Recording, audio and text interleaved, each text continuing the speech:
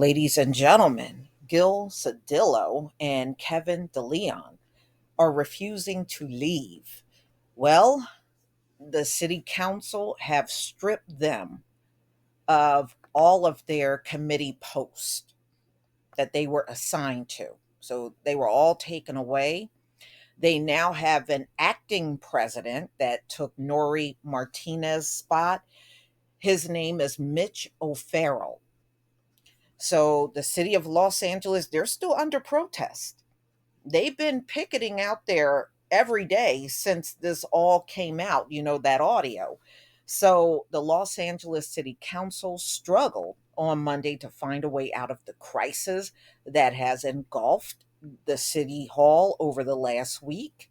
Two embattled city council members losing their committee assignments and potentially a divisive vote looming over the council's top leadership post.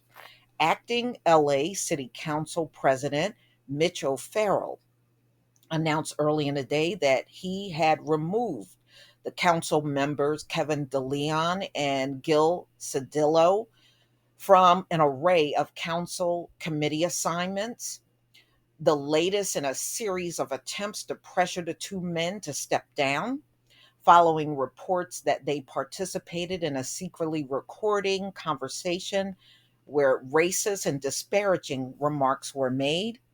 The two council members were pulled from committees dealing with real estate development, housing, homelessness, and other issues. Protesters have settled in a near De Leon's Eagle Rock home. So they are going right to their homes, setting up tents and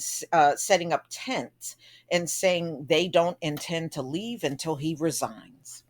By the afternoon, the council was on the brink of a leadership fight, with at least two members competing to replace Nuri Martinez, who resigned from the presidency last week and then stepped down from the council entirely. Council members Paul Craig Corian and Curran Price were publicly expressing interest in the post, which was held by Martinez for nearly 3 years. However, it is unclear whether either of the eight votes to prevail at Tuesday meeting when a leadership vote is scheduled. Council member Bob Blumenfield said Monday evening that the council would select a new president on Tuesday. Responded, I don't know the answer to that. I don't know. I think we should, but it's unclear. Complicating matters. They're just talking about some of them got that, that thing we're not allowed to talk about on YouTube. They got that, raising the prospect that a continued outbreak among council members could force the body to meet several more days via Zoom. Yeah, so apparently they are sick over there at City Council. So all of those developments served as a backdrop for a crisis triggered by the Times reporting on racist comments heard on a recorded conversation among Cedillo and DeLeon Martinez and Ron Herrera, president of the Los Angeles County Federation of Labor. O'Farrell has said in recent days that he is determined to begin the work of restoring stability to City Hall, allowing residents to vent their anger, but also ensuring the council holds meetings and fulfill its public duties. At the same time, he acknowledged Cedillo and DeLeon have not been persuaded by calls from numerous political leaders, including President Joe Biden, to step down.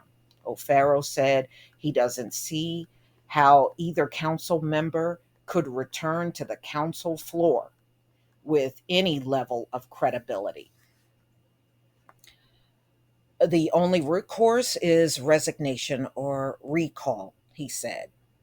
DeLeon and Cedillo have given no indication in recent days that they intend to resign in the aftermath of the Times reported on the since the Times reported on the leaked audio, which was recorded during a meeting at the LA County Federation of Labor headquarters in October 2021.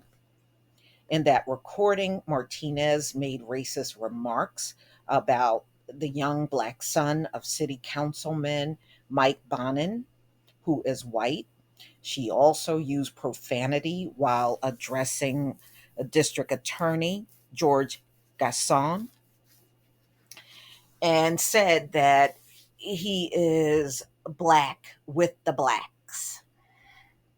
Neither Cedillo nor DeLeon responded to requests for comment Monday. Last week, Cedillo apologized for his involvement in the recorded conversation, saying that he should have intervened. DeLeon has expressed regrets about his actions, saying he appeared to condone and even contribute to certain insensitive comments made about a colleague and his family. DeLeon has spent the last year presiding over the council's homelessness and poverty committee, which have been grappling with the city's response to homelessness, the homelessness crisis. Yeah, and it's bad in LA. I've been looking at the stories for the last several years out of there, and it just seems like it's getting worse. And serving on the powerful Budget and Finance Committee, Cedillo, who terms ends, and yeah, that's right, his term ends December 2022. That probably explains why he is kind of hanging on until his term is up. So his chair has been uh, so he was part of the housing committee and served on the committee that reviews major development projects. And it makes me wonder how many black contractors tried to get these projects and they were turned down with Cedillo sitting there. It just kind of crossed my mind. For now, Cedillo and DeLeon will have seats on the five-member board of referred powers, a committee that rarely meets in order to ensure the council is in compliance with the city charter, which requires that every council member sit on at least one committee. An O'Farrell spokesman said. So Monday's announcement comes, at a turbulent time for the council, with one seat vacant and two others effectively dormant. DeLeon and Cedillo, who, like their colleagues, earned annually $229,000 and have avoided council and committee meetings in recent days. Yeah, that's a big salary. Okay, so with three members effectively gone, the basic task of ensuring the council has the 10 members needed to hold a meeting has become considerably difficult. Well, it'll be more difficult if you keep these people there, especially if the protests are going on. Shoot, they're outside one of the council members' homes saying they're going to stay until he resigns. Yeah, you know, it might be in their best interest to go, but we'll see what happens. I'm definitely going to keep up with this story, in light of everything that has come out about this story. Yeah, so I'm sure it's going to be an interesting thing to see who they elect as president and also whether these two will hang in there or just leave. I think the pressure may ultimately get to them. Now, Cedillo, being that he's leaving in December, I can kind of see him hanging in there. Maybe he could finish out the rest of his term at home instead of going in every day facing protesters. But we shall see, y'all. This has definitely been an interesting story, but it just goes to show you the level of racism that exists on every single level of politics, whether it's federal, state, or even local government. These folks are so permeated in these positions, and you know, sitting in a council or a senator or Congress position doesn't change what's in a person's heart.